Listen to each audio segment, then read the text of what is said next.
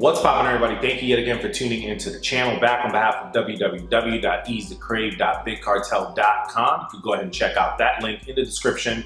And that link will take you over to some projects that we have in the mix right now. One of them being a collaboration with the homie King Kenny 123 and the Sneaker Rush brand. We collaborated with him as well as Ease the Crave and my homie Hus Bunny to come up with a concept tee, which was the Addiction tee that you see here. Super dope, it was super fun.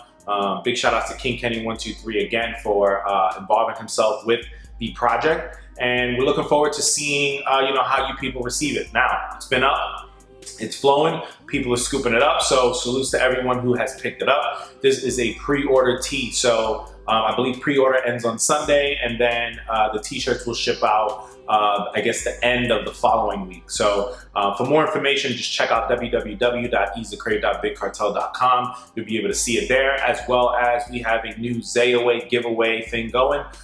It is for either a pair of What the LeBrons or a cash payout.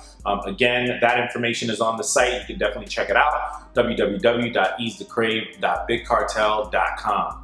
Go ahead, log on, and go ahead and secure your tee, or you can secure your Ease the Crave stack sticker. So that being said, Z-mail it is. Let's go ahead and jump into it. Why does Nike put most of their shoes with an icy or white bottom?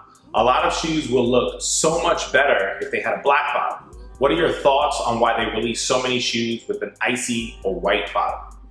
All right, so pretty simple question, and quite frankly, I don't really know. Nike is aware that this material that's used on the bottom, with age, it becomes yellow. And don't get me wrong, there's a lot of shoes that it does complement, but there's a lot of shoes that it just looks horrible on. One in particular, Pink Foams. Pink Foams, yellow bottom. It's just disgusting, man. It just looks like you just stepped in a puddle of piss. So for the most part, I'm not too sure why they go with that. I would think, and it's no disrespect to anyone at Nike or Nike as a brand, but I would think that it's cheaper. That's all I can think of.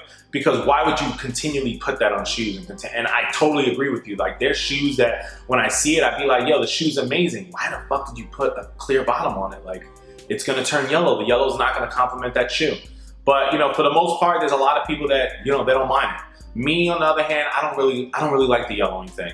I think it's kind of nasty, and quite frankly, I try to stray away from any shoes that are like that. And believe me, there's a lot of shoes that I really like that I've missed out on because of the fact that they've had an icy bottom. But there's some shoes that I make an exception, and I'd be like, yo, I'm going for the icy bottom. One of them is the Chuck Posits. A lot of those have sort of a clearish bottom, or at least a bottom that is gonna yellow and get really nasty. And unfortunately, I'm a huge fan. I gotta make the exception. But for the most part, I don't jump on everything because of the fact that the whole yellowish on the bottom and stuff like that. Now, my conspiracy theory, if you guys want to hear that, is that why would you make a product that could be defective? Especially when you know that a lot of people are buying your products. Obviously, then it would only lead me to believe that the reason you put that type of bottom on the shoe is because people like it to be as icy as possible. And once that yellowing takes an effect, that customer will get rid of that shoe and look to purchase another shoe. And the majority of the time, where would they look to purchase another shoe but from the manufacturer itself?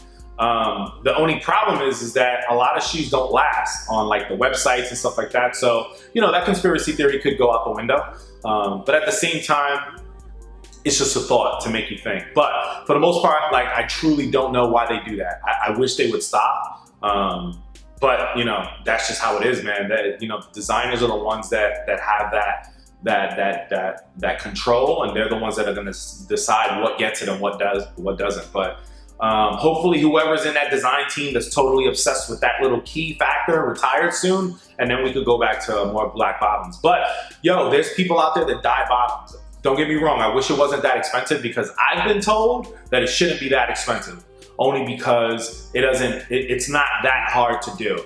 But I've seen people charge, 75, 80, 90, 100 just to dye bottoms. Like, shit's insane.